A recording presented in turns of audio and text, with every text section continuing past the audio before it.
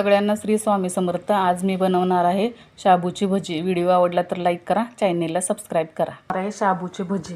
त्याच्यासाठी एवढा शाबू घेतलाय, एक बटाटा, भाजलेले दाण्याचं कूट, मिरची, कोथिंबीर, चवीपुरतं मीठ। आता हे शाबू मी भाजून घेतो बघा। असं शाबू फुलूसपर्यंत भाजायचं। भाजला की थोडं गार। आता असा भाजला बघा। आता मी गॅस बंद केलाय। आता हे बटाट्याची मी साल काढून घेते आणि बटाटा पण मिक्सरला बारीक करून घ्यायचा। आता हे मिक्सरला बारीक करून घेते बघा। आता बटाटा मी स्वच्छ चिरून धुवून घेतलाय, त्यात मिरची टाकली। आता ही कोथिंबीर टाकते बघा आणि हे पण बारीक फिरवून घेते मिक्सरला। आता ही झाले बघा शाबूची पावडर। आता हे शाबूचं केले उबडधुबड, त्यात आता हे शेंगदाण्याचं कूट घालते बघा।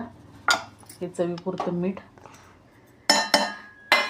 आणि हे बटाटा, मिरची आणि कोथिंबीर हे बी यातच घालते आणि 15 मिनिटं फक्त भिजवून ठेवायचं। हे झाले बघा। आता पीठ भिजले, आता 15 मिनिटं झाले। आता मी तुम्हाला तळून दाखवते बघा।